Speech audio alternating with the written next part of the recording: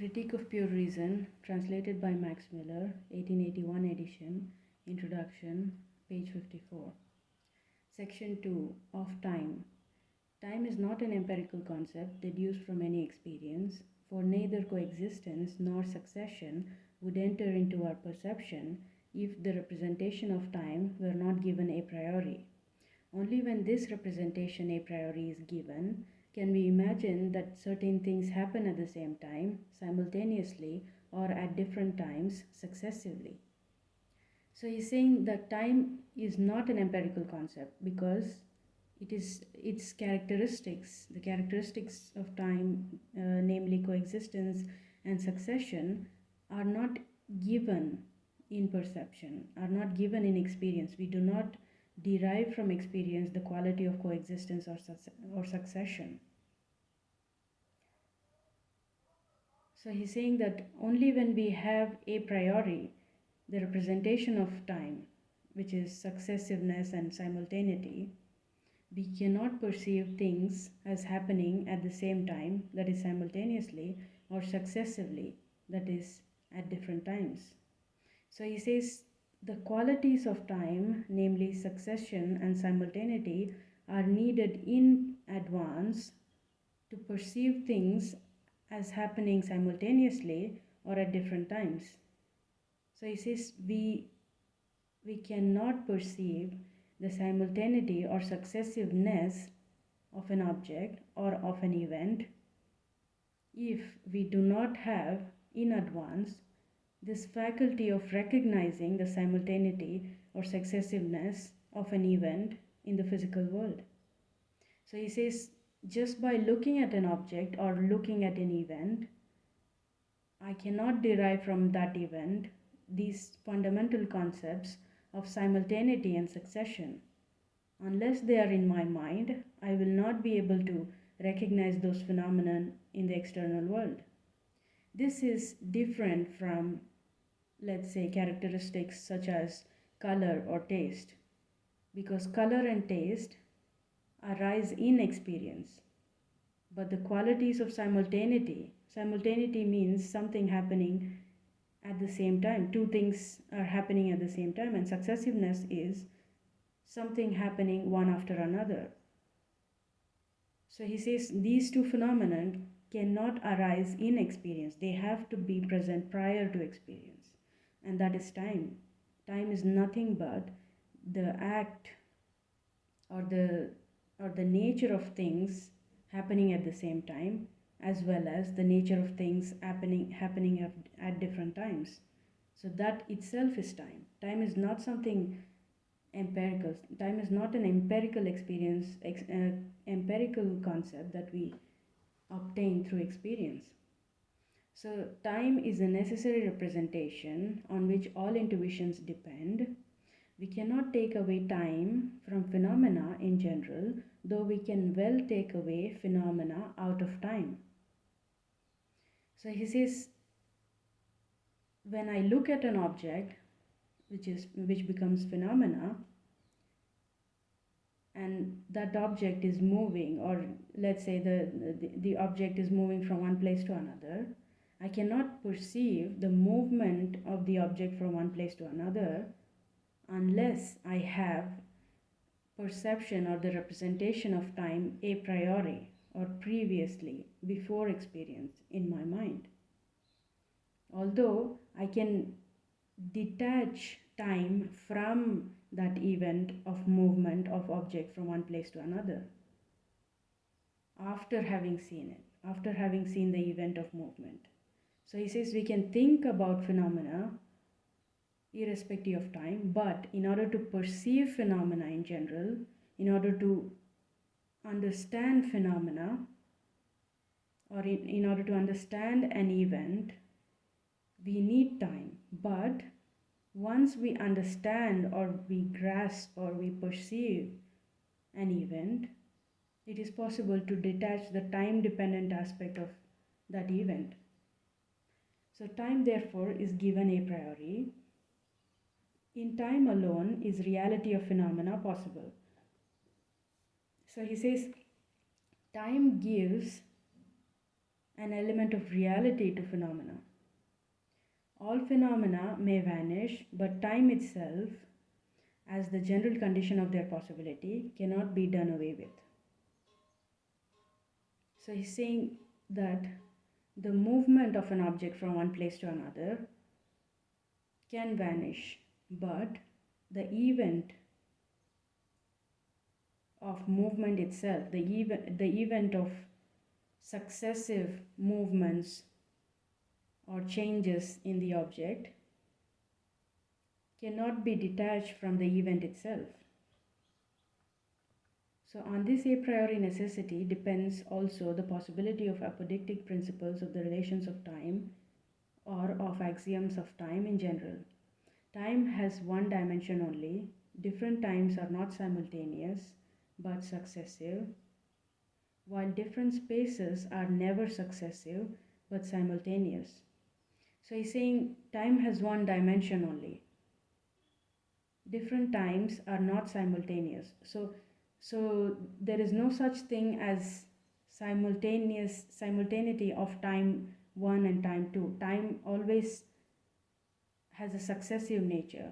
That is, we have time 1 and time 2, instance like we have instance 1 and instance 2. But space is not successive, it is simultaneous, because there is one space in general. There is one unity of space, and within that space different spaces can exist. So space has a simultaneous nature, whereas time, there is no such thing as a single time. So there are instances of time. So time is successive, meaning different parts of time exist one after another in an order. And then space is not successive, because we cannot say that one space is different from another, because as we have seen previously, space is a unity. There is only one space, but different alterations of space can be represented within that whole that we call space. So such principles cannot be derived from experience. So space and time cannot be derived from experience, because experience could not impart to them absolute universality nor apodictic certainty. So he is also saying that space and time have absolute universality and apodictic certainty, which experience or empirical experience cannot provide. We should only be able to say that common experience teaches us that it is so, but not that it must be so. So the universality and apodictic certainty is given by experience without any element of necessity. But when space and time are considered as a priori concepts, then a certain element of universality and apodictic certainty is given to them. These principles are valid as rules under which alone experience is possible. They teach us before experience, not by means of experience. So space and time teach us some aspects of the world before experience is possible, and not by means of experience. So space and time are not concepts, are not things that we see in the real world, that we see as existing inside the real world, but they exist a priori. They exist before experience is possible. Time is not discursive or what is called a general concept, but a pure form of sensuous intuition. Different times are paths only of one and the same time. Representation, which can be produced by a single object only, is called an intuition. The proposition that different times cannot exist at the same time cannot be deduced from any general concept. Such a proposition is synthetical and cannot be deduced from concepts only. It is contained immediately in the intuition and representation of time. So he's saying time is not discursive. It is not a general concept. It is not a concept which defines an object. It is a pure form of sensuous intuition. So he's saying sensuous intuition is possible by virtue of time, but time does not define an object in the real world. meaning that if an object is moving from one place to another, time cannot define that event of movement, but time is necessary to understand that movement is happening, is taking place. So different times are parts only of one and the same time. So he's saying time is universal and different times can exist as part of it. Representation, which can be produced by a single object only, is called an intuition, which is clear, which he had mentioned earlier, that an object produces a representation in an intuition, and that representation is synonymous with intuition. The proposition that different times cannot exist at the same time cannot be deduced from any general concept. So we cannot deduce through understanding or knowledge properties of time. Such a proposition is synthetical, and even if we deduce such a such a proposition, it will be synthetical and not analytical. So the properties of time are not deduced through concepts, but they are necessary for any concept to exist at all. So time is contained immediately in the intuition and in terms of representation of time. To say that time is infinite means no more than that every definite quantity of time is possible only by limitations of one time, which forms the foundation of all times. The original representation of time must therefore be given as unlimited, but when the paths themselves and every quantity of an object can be represented as determined by limitation only, the whole representation cannot be given by concepts, for in that case the partial representations come first, but it must be founded on immediate intuition. So he's saying to say that time is infinite means no more than that every definite quantity of time is possible only by limitations of one time, which forms the foundation of all times. So he's saying time has an infinite element, time is unlimited, and we cannot derive such qualities of time through concepts. They must be founded on immediate intuition. Time has nothing to do with concepts. It is the time has an element of relationship with concepts once the object received in intuition enters the realm of understanding. But before that, time is not understood as being derived from concepts. Thus, it is a condition of possibility of intuition along with space. So, conclusions from the foregoing concepts. Conclusion A. Time is not something existing by itself or inherent in things as an objective determination of them, something therefore that might remain when abstraction is made of all subjective conditions of intuition. So he's saying time is not something that is inherent in an object, but time could also exist in abstractions once we have understood an object. So therefore time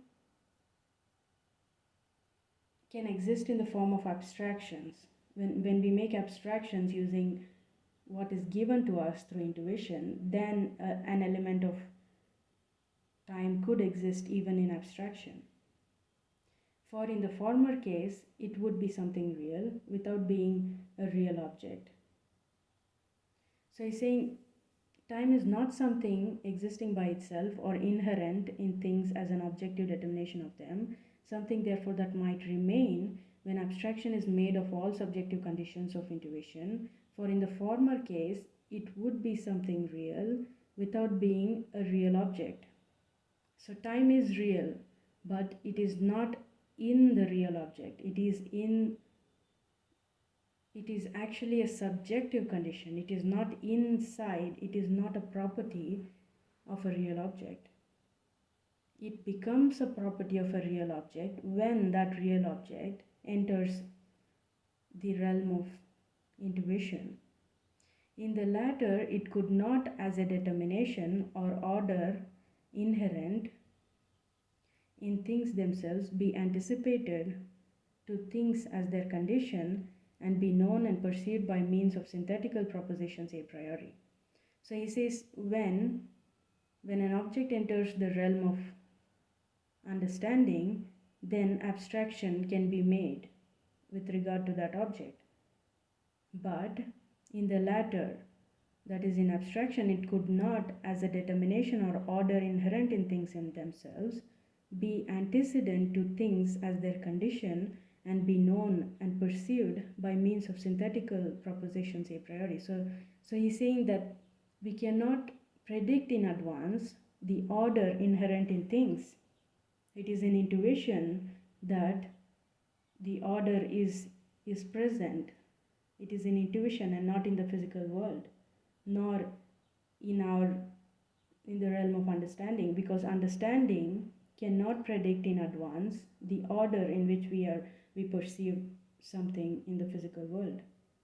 So all this is perfectly possible if time is nothing but a subjective condition under which alone intuitions take place within us. So he says time is a subjective condition, meaning time is a condition of possibility of intuiting an object, and time is not a property of the object in the real world, although it gives it the time is also perceived as being present in the real object in terms of the order inherent in the object or in the event perceived. For in that case, this form of internal intuition can be represented prior to the objects themselves, that is a priori. So the a priori nature of time is that it is needed, the faculty of recognizing order or simultaneity or the quality of successive existence is needed. The faculty of grasping the orderly arrangement of an object is needed prior to even being exposed to such order or such an object. Thus, time is a priori.